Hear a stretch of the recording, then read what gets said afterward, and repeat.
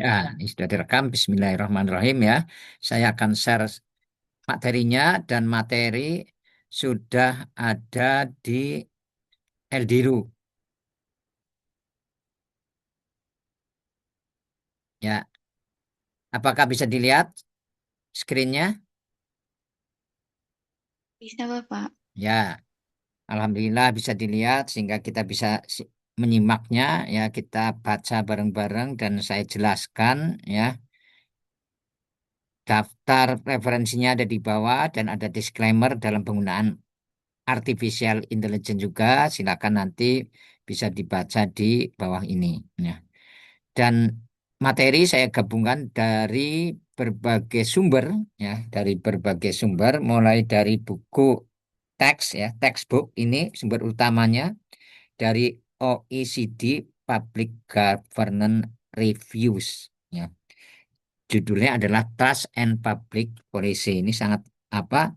Sangat cocok ya kita kaji sebagai bagian dari materi pertemuan ke-12 ini adalah public trust. Hmm, ya. Dan beberapa apa literatur ya referensi ada di bawah ya di samping buku ada jurnal penelitian dan juga apa berita-berita di media sosial ya. Media sosial juga media massa, tentu saja media massa yang online. Itulah sumbernya. Dan materi ini dimulai dari konsep dasar kepercayaan publik atau dikenal dengan public trust. Ya. Oh ya, sebelumnya tadi sudah saya buka, ya, saya buka Teraversa untuk kelas A kalau nggak salah. Nanti di akhir kuliah saya buka untuk kelas B, ya. Jangan khawatir ya kelas B nanti gantian di akhir kuliah dan mohon untuk diingatkan.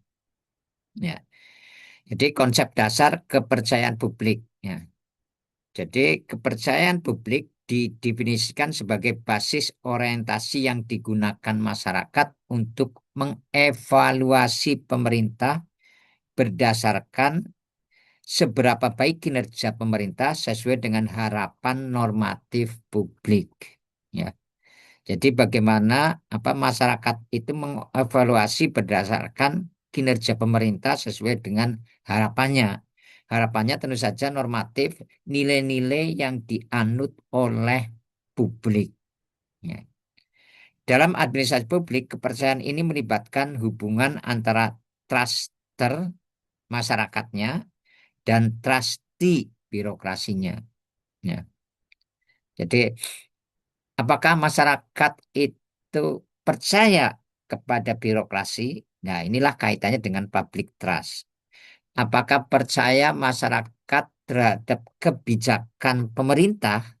Nah, ini kaitannya dengan kepercayaan publik. Nah, ini buku ini yang ada di gambar ini OECD ini menggambarkan ya bagaimana kaitan antara trust kepercayaan dengan apa kebijakan publiknya dan semacam apa guideline ya guideline atau pedoman untuk mengembangkan ya how better governance can have rebuild public trust ya bagaimana apa governance ya tata kelola yang lebih baik itu yang akan menghidupkan kembali kepercayaan publik karena semakin apa semakin baik tata kelola pemerintahan, maka public trust juga semakin tumbuh.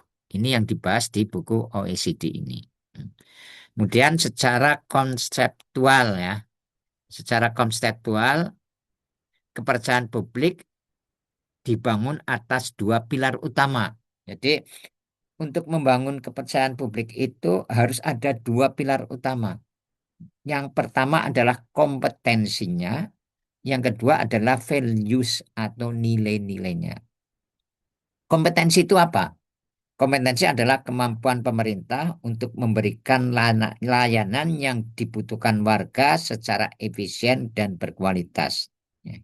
Jadi kemampuannya, kompetensi kan kemampuan atau kapasitas, ya, capacity, ya, atau bagaimana dia bisa melakukan tugas dengan baik, ya.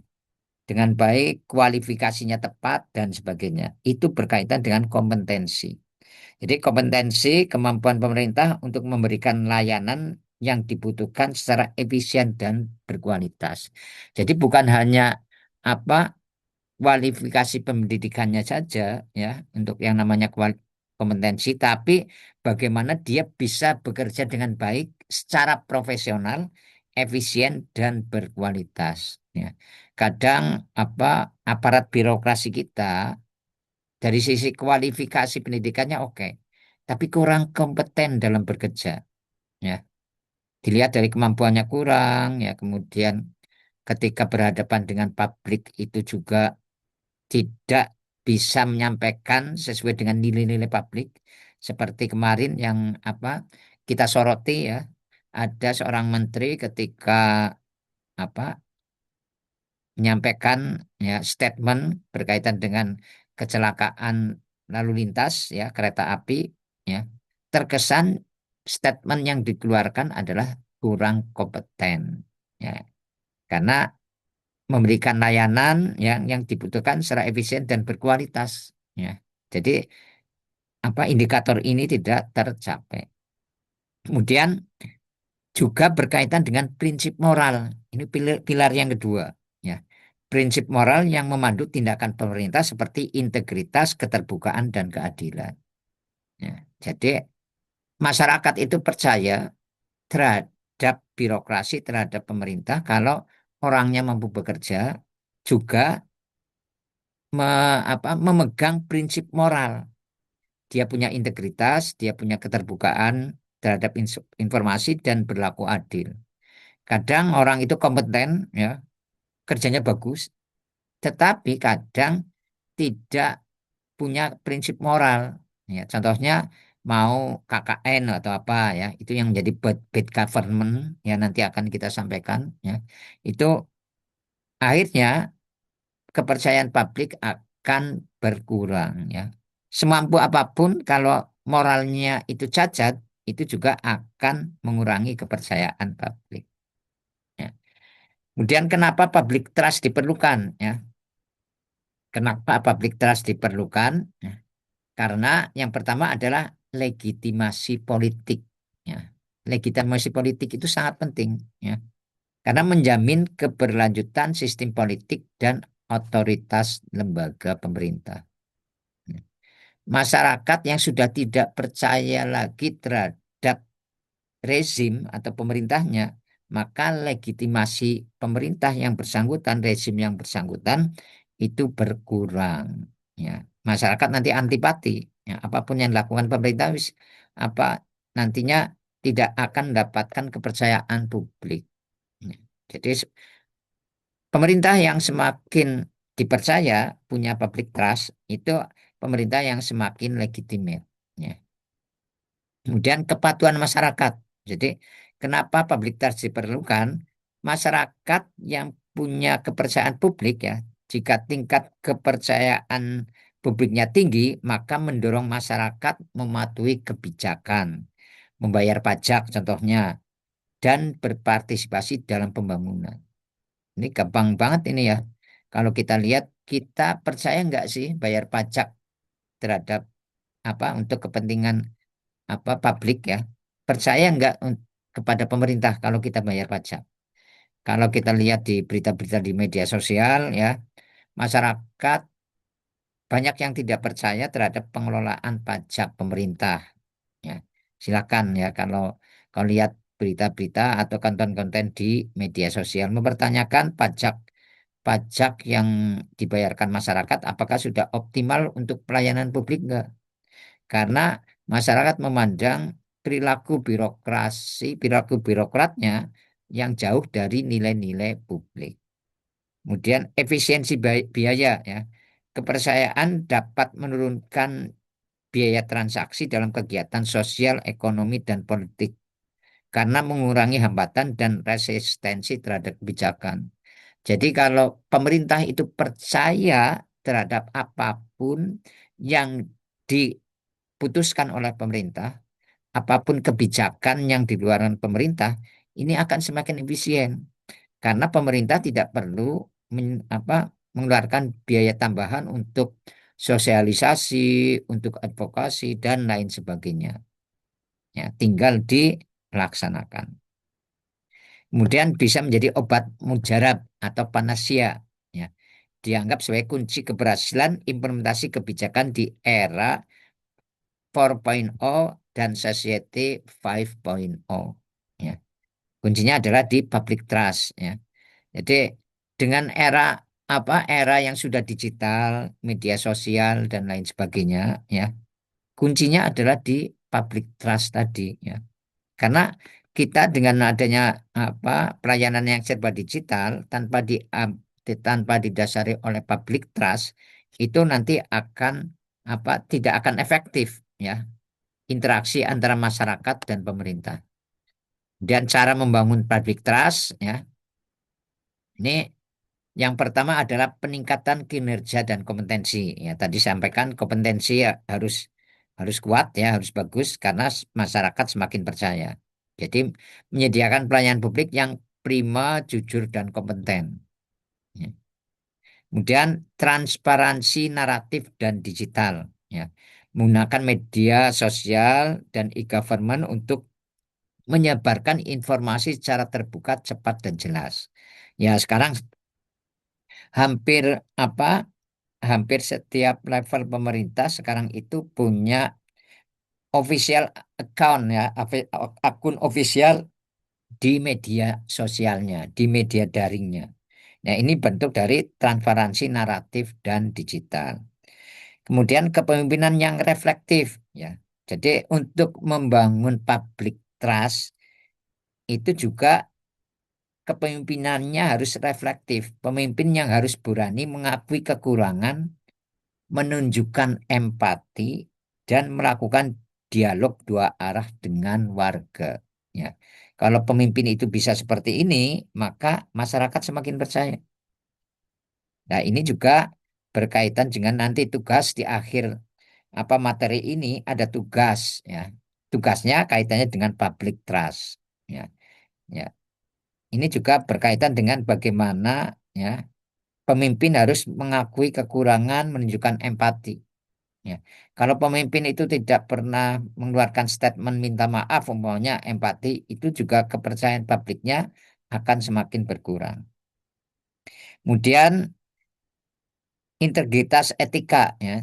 Jadi untuk mengembangkan public trust, salah satu strateginya adalah bagaimana menempatkan moral sebagai pertimbangan utama dalam pengambilan keputusan dan memerangi korupsi. Ya. Jadi bagaimana supaya public trust itu semakin meningkat, ya, integritas dan etikanya juga harus dijadikan prioritas, ya.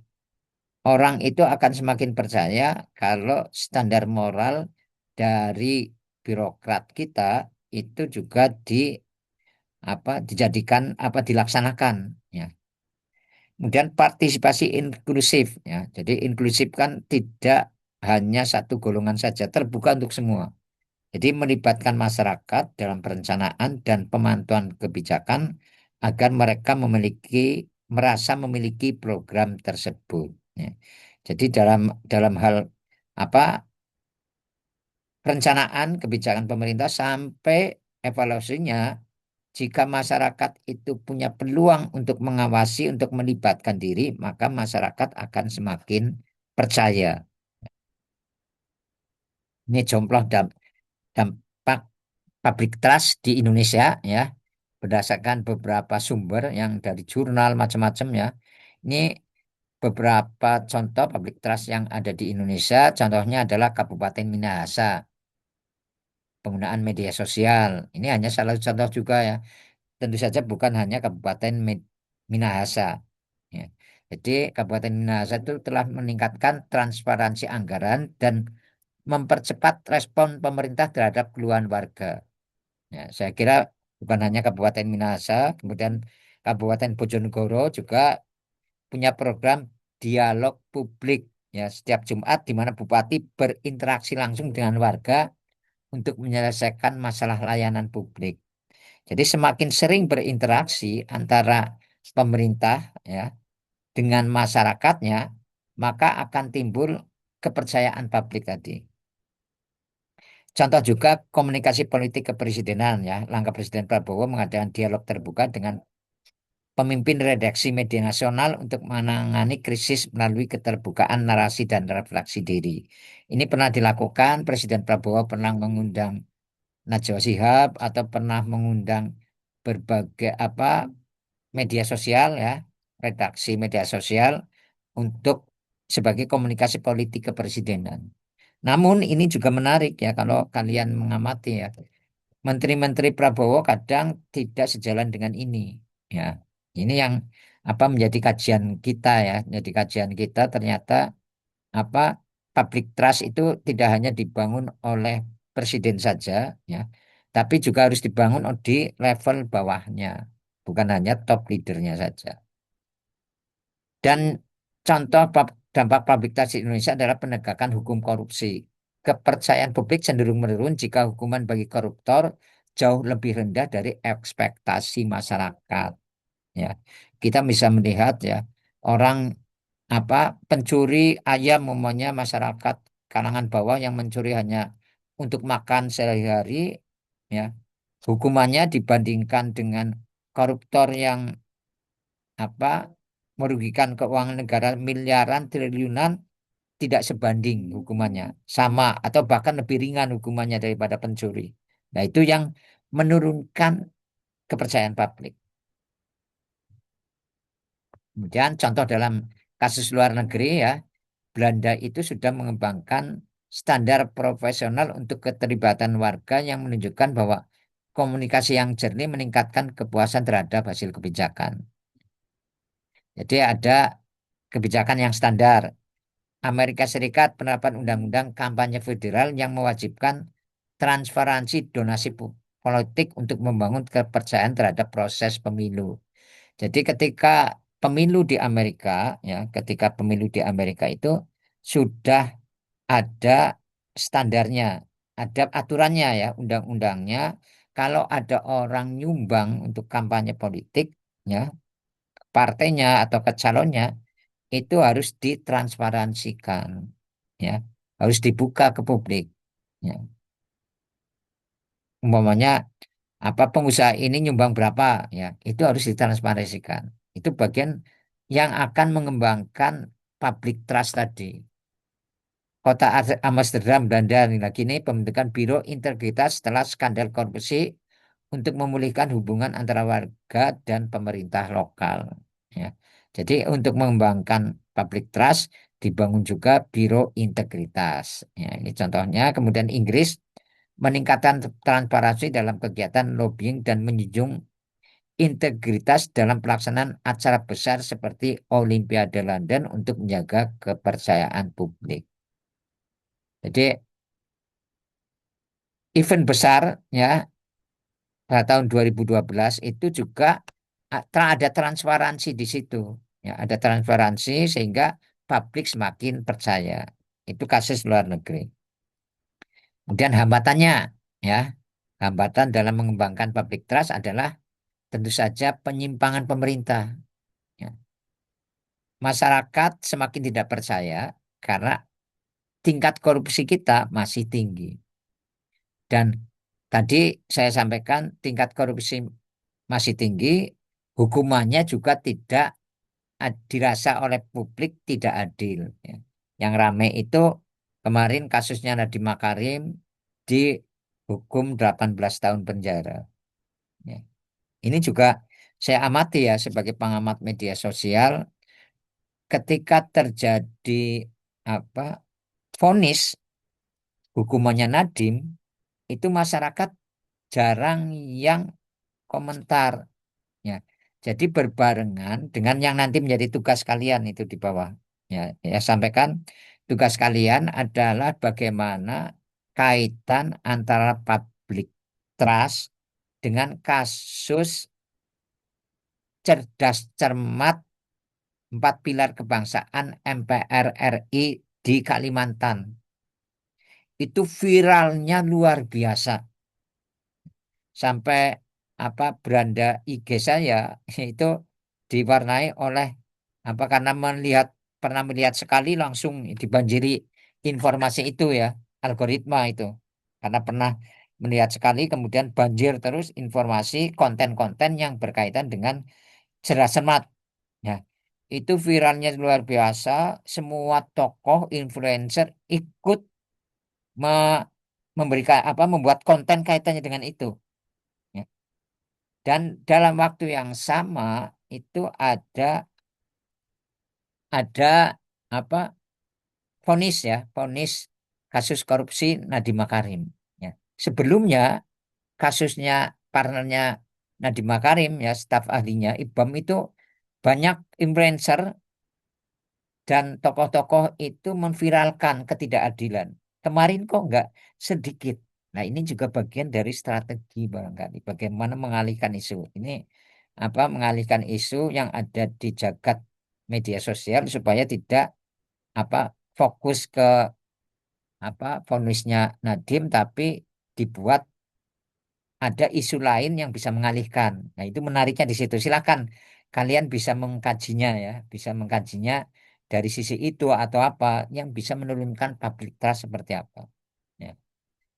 Ini kemudian budaya birokrasi yang buruk itu juga apa hambatan dalam penerapan public trust. Ya. Jadi regulasi yang kaku, melintas minta dilayani dan lain sebagainya. Ya. Atau struktur organisasi yang terlalu sentralistik itu juga menghambat apa pelayanan publik itu menjadi hambatan public trust ya. Kita sudah membayangkan kalau mau berurusan dengan birokrasi itu pasti berliku itu umpamanya. Jalannya panjang ya. Itu yang menjadi hambatan dalam kepercayaan publik. Kesenjangan digital ya, ini juga bagian dari hambatan sebagian masyarakat seperti lansia atau kelompok marginal kesulitan mengakses layanan berbasis digital sehingga merasa terasing dari pemerintah ya dan akhirnya tidak percaya pada pemerintah ya walaupun tidak secara langsung ada kejahatan digital baik dari sisi usia maupun dari sisi infrastruktur ada gap apa digital gap itu dari sisi orangnya karena tidak mampu literasi digitalnya rendah. Literasi digital rendah itu karena mungkin pendidikan atau usia atau karena infrastrukturnya di daerah terpencil yang susah sinyal untuk internet sehingga dia tidak bisa mengakses layanan digital. Itulah kesenjangan digital. Dan ini kalau tidak ditangani juga bisa menurunkan tingkat kepercayaan publik. Atau juga hambatannya informasi yang terdistorsi. Penyebaran hoak dan polarisasi politik di ruang digital dapat memicu sinisme publik.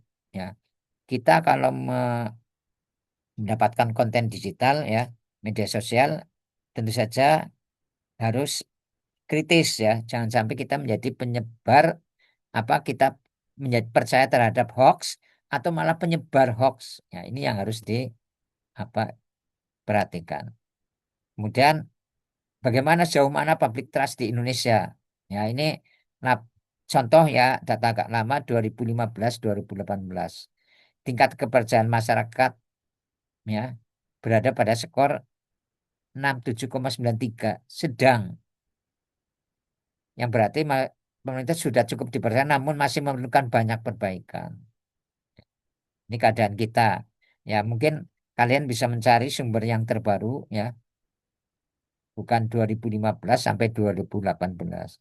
Namun kaitannya dengan apa ombudsman barangkali ini juga menarik ya.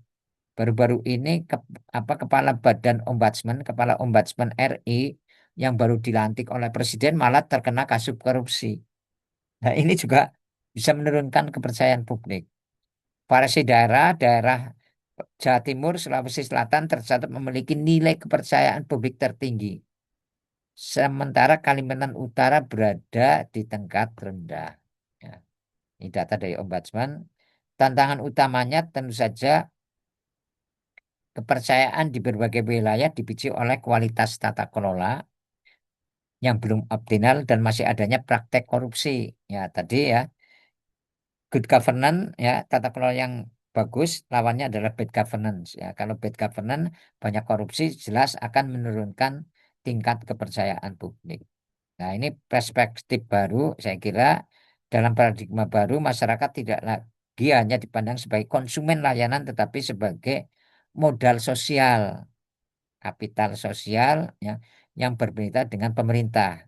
Ini kaitannya dengan kajian kita dalam paradigma New Public Governance ya. Dalam New Public Governance modal sosial itu harus apa dimanfaatkan ya.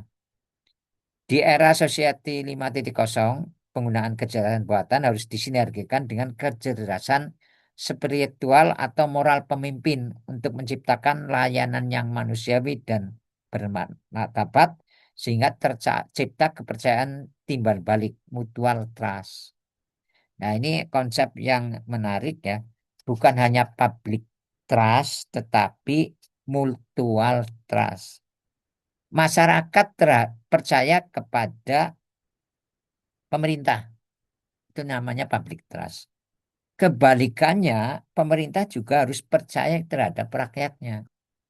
Jadi, kalau pemerintah itu sudah tidak percaya terhadap rakyatnya, itu juga menjadi presiden buruk untuk tata kelola yang bagus ya. Kalau pemerintah maunya sudah tidak percaya terhadap rakyatnya, ya, apa-apa diawasi, ya, apa-apa diawasi, ya, kemudian apa-apa dibatasi, ya, karena dasarnya adalah ketidakpercayaan.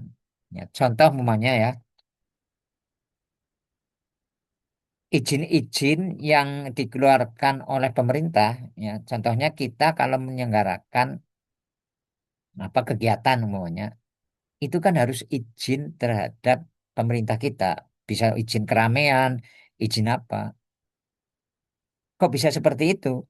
Ya asumsinya kita belum bisa dipercaya sepenuhnya oleh masyarakat. Sehingga kita mau mengadakan apapun itu harus izin ke pemerintah sebagai pemangku kebijakan pemerintah, pemangku pemelayanan publik pemerintah. Ya inilah ya apa semakin banyak kita apa-apa harus minta izin itu menunjukkan pemerintah belum trust sepenuhnya kepada masyarakat. Ya, berikutnya adalah bagaimana strategi komunikasi politik untuk menangani krisis kepercayaan publik ini sangat penting karena sekarang ini ya apa sangat ketara bahwa pemerintah kita juga menghadapi tantangan public trust. Yang pertama adalah strategi reflektif dan pengakuan kelemahan. Ya, ini yang bisa menjadi kata kunci yang bisa menjadi jawaban terhadap kasus yang menjadi tugas kalian nanti. Ya. Pemimpin harus berani melakukan refleksi diri dan mengakui secara jujur kekurangan atau kegagalan komunikasi yang terjadi sebelumnya. Strategi ini sebagai reboot strategi ya bertujuan menunjukkan bahwa pemerintah tidak anti kritik bersedia belajar dari kesalahan demi memperbaiki hubungan dengan warga. Jadi kalau apa presiden mengeluarkan statement salah ya harus mengakui kesalahan. Menteri mengeluarkan statement heboh di publik dan banyak yang menghujat harus berani ya mengakui kesalahan. Itulah strategi reflektif dan pengakuan kelemahan. Itu strategi yang pertama ya untuk meningkatkan ya untuk membangun kembali. Yang kedua adalah transparansi naratif dan klarifikasi proaktif. Pemerintah perlu menyajikan informasi secara utuh ya jernih dan tidak manipulatif untuk menghindari distorsi informasi.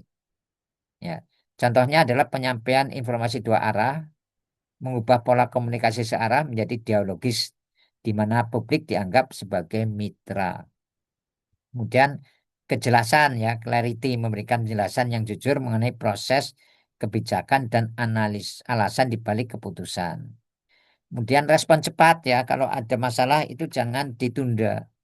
Di era digital, kecepatan dalam mengklarifikasi rumor atau hoax sangat krusial untuk menjaga kredibilitas. Ya. Jadi jangan sampai dihujat duluan kayak Menteri kemarin PPPA ya, sudah dihujat di netizen ya, baru mengeluarkan permintaan maaf atau apa. Kemudian menjadikan media dan tokoh masyarakat sebagai mitra. Ya, ini menarik ya. Jadi karena banyak apa masyarakat itu banyak yang mengkritik pemerintah, tidak setuju terhadap kebijakan pemerintah. Contohnya adalah pidato Presiden Prabowo ketika Hari Buruh kemarin ya 1 Mei ya yang mengatakan apakah MBG bermanfaat, malah dijawab oleh orang banyak tidak ya. Sehingga pemerintah itu berinisiatif untuk menggunakan media dalam menyampaikan informasi tentang kebijakan pemerintah. Ya, karena buktinya kebijakan pemerintah tidak disetujui ya, publik itu tidak trust sehingga mengatakan tidak bermanfaat. Sehingga pemerintah berusaha melibatkan menjadikan media dan tokoh masyarakat sebagai media. Contohnya adalah konektivitas media ya. Kemudian yang baru-baru ini terjadi ya, melibatkan influencer lokal, pemimpin agama atau aktivitas untuk memperkuat pesan pemerintah. Karena masyarakat seringkali lebih mempercayai pesan yang didukung oleh komunitas mereka. Ya. Pemerintah itu baru-baru ini mengadakan pertemuan dengan tokoh-tokoh media. Ada yang diundang, ada yang tidak diundang, disebut, akhirnya protes dan lain sebagainya. Itu yang dinamakan dengan homeless media. Jadi pemerintah melewat Badan Komunikasi Presiden ya itu mengumpulkan homeless media. Nah, pengertian homeless media itu apa? Silahkan dipelajari di sini. Tentu saja homeless media adalah media yang dalam memberitakan atau membuat konten itu hanya lewat media sosial, tidak punya apa media resmi, tapi lewat media sosial, namanya homeless media. Ini fenomena menarik.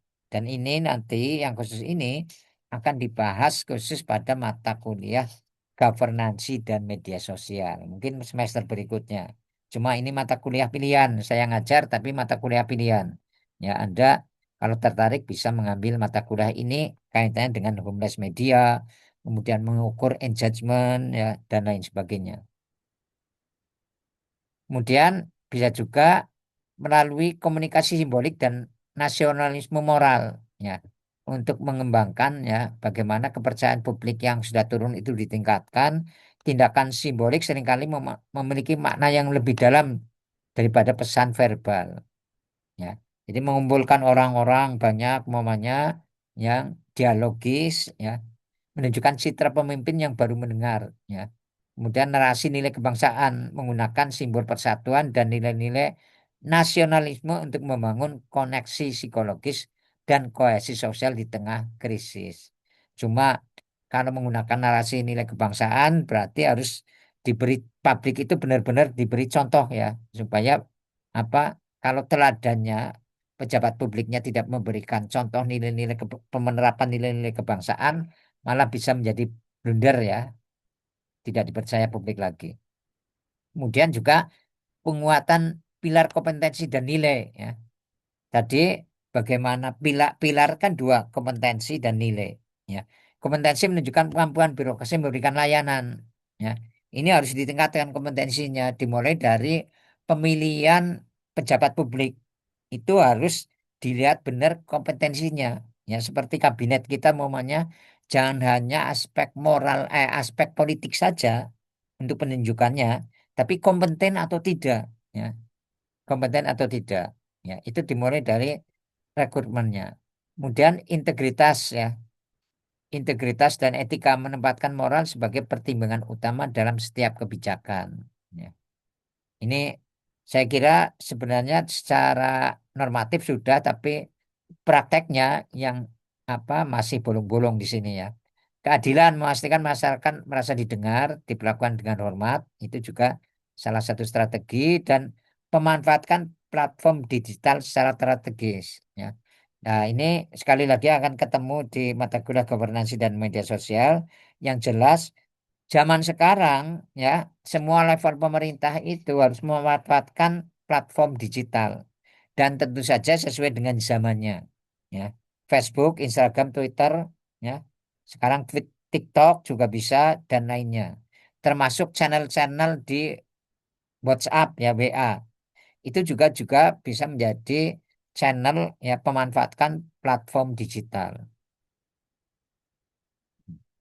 Nah, ini dampak sistemik dari ketidakpercayaan publik ya. Kalau publik itu tidak percaya, apa kepercayaan publiknya itu menurun, maka muncul sikap apatis. Masyarakat yang kecewa cenderung menjadi pasif, tidak mau berpartisipasi dalam program pemerintah. Ini dampaknya. Kemudian kepatuhan hukum. Rendahnya kepercayaan publik menurunkan tingkat kepatuhan masyarakat dalam membayar pajak, mematuhi peraturan, dan lain-lainnya. Jadi kalau masyarakat sudah tidak dipercaya, pejabatnya sudah tidak dipercaya, masyarakat ikut-ikutan ya tidak mau patuh terhadap aturan yang dikeluarkan oleh pemerintah. Ya. Wong pemerintahnya juga melanggar, ya kita masyarakat juga ngapain harus patuh gitu. Meningkatkan biaya transaksi. Ketidakpercayaan menyebabkan hambatan dalam setiap koordinasi soal ekonomi sehingga proses penyelenggaraan negara menjadi lebih mahal dan tidak efisien. Ya, karena tadi ya masyarakat sudah tidak percaya sehingga prosesnya panjang ketika mengambil kebijakan. Ya, itu sehingga menambahkan biaya transaksi. Ya, Ma- harus meyakinkan masyarakat semuanya harus benar-benar tidak ada resistensi dan lain sebagainya karena dimulai dari masyarakat yang sudah tidak percaya. Nah, yang terakhir ya, yang terakhir berkaitan dengan tugas pertemuan ini. Jadi tugasnya silakan diperhatikan mengkaji kasus cerdas cermat MPR berkaitan dengan public trust. Ya. Silakan amati berita-berita di media massa dan di media sosial berkaitan dengan ini, kaitkan dengan public trust. Apakah pemerintah apa masyarakat itu semakin percaya terhadap pemerintah atau tidak? Ya, dengan adanya seperti ini. Ya. Viral lomba cara cermat MPR jawaban sama tapi nilai beda. Ya. Karena apa?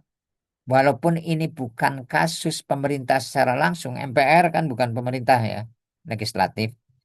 Ini ujung-ujungnya masyarakat membandingkan dengan pemerintah sekarang.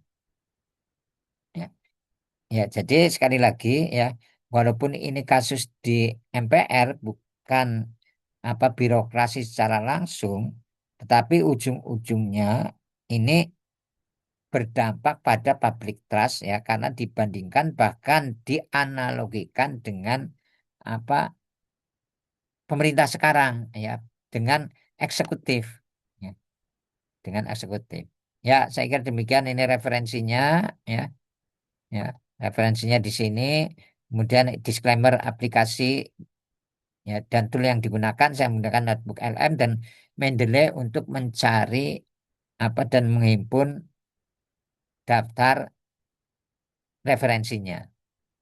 Ya, saya kira demikian. Ada yang mau ditanyakan, silahkan. Kemudian nanti saya recordnya tak tutup, ya ini recordnya tutup dulu.